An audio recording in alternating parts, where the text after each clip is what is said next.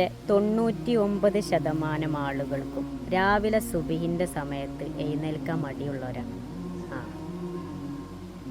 അതെന്താ ഓൽക്ക് എഴുന്നേൽക്കാൻ കഴിയാത്ത? ഓല രാത്രി കടത്തം ശരിയാവാത്തതുകൊണ്ടാണ്.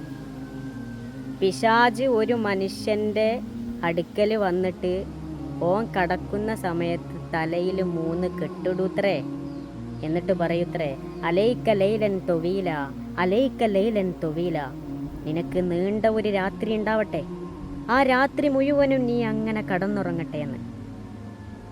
പിന്നെ എങ്ങനെ പിശാചിൻ്റെ ആളുകൾക്ക് രാവിലെ നീക്കാൻ തോന്നാം? ഇന്ന് ആ പിശാചിൻ്റെ കെട്ടൊക്കെ പൊട്ടിച്ചിട്ട് അള്ളാൻ്റെ മാർഗത്തിൽ നമുക്ക് എഴുന്നേറ്റ് വരാൻ കഴിയും. ഞാൻ നിങ്ങൾക്കൊരു കാര്യം പറഞ്ഞിട്ടെ, അതേപോലെ നിങ്ങൾ ചെയ്താൽ മതി. ഞാൻ നിങ്ങളെ വലിയൊരു ഭാരം ഏൽപ്പിക്കല്ല.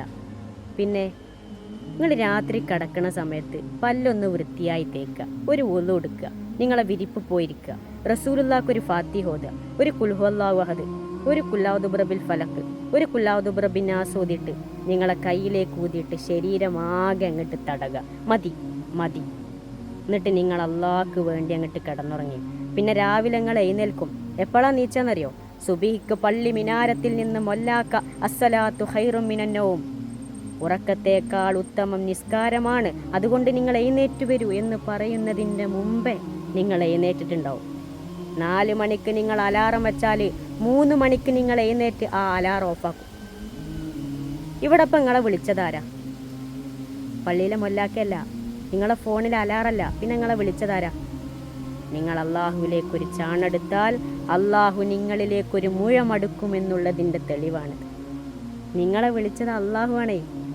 ഒരാൾ അള്ളാഹുവിലേക്ക് തിരിഞ്ഞാൽ അള്ളാഹു അയാളിലേക്ക് തിരിയൽ അള്ളാൻ്റെ ബാധ്യതയല്ലേ? ഇവിടെ നിങ്ങളെ വിളിച്ചത് അള്ളാഹുവാണ്. ഇങ്ങനെയൊക്കെ നമ്മൾ അള്ളാഹുവിനെ സൂക്ഷിച്ചിട്ട് അള്ളാഹ്ക്ക് വേണ്ടി കടന്നുറങ്ങിയാൽ നമുക്ക് കിട്ടുന്ന പ്രതിഫലം എന്താണെന്ന് നിങ്ങൾക്കറിയോ? വലിമൻ ഖാഫ മഖാമ റബ്ബിഹി ജന്നത്താൻ, അള്ളാനെ ഭയന്ന് ജീവിക്കുന്ന ആളുകൾക്ക് 2 സ്വർഗ്ഗമുണ്ട് എന്നാണ് അള്ളാഹ് പറഞ്ഞത്.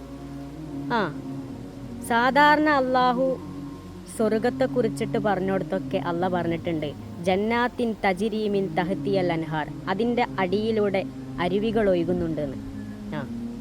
പക്ഷേ ഇവിടെ അള്ളാഹു അത് പറഞ്ഞില്ല. വലിമൻ ഖാഫ മഖാമ റബ്ബിഹി ജന്നത്താൻ, അള്ളാനെ പേടിച്ച് ജീവിക്കുന്ന ആളുകൾക്ക് 2 സ്വർഗമുണ്ട്.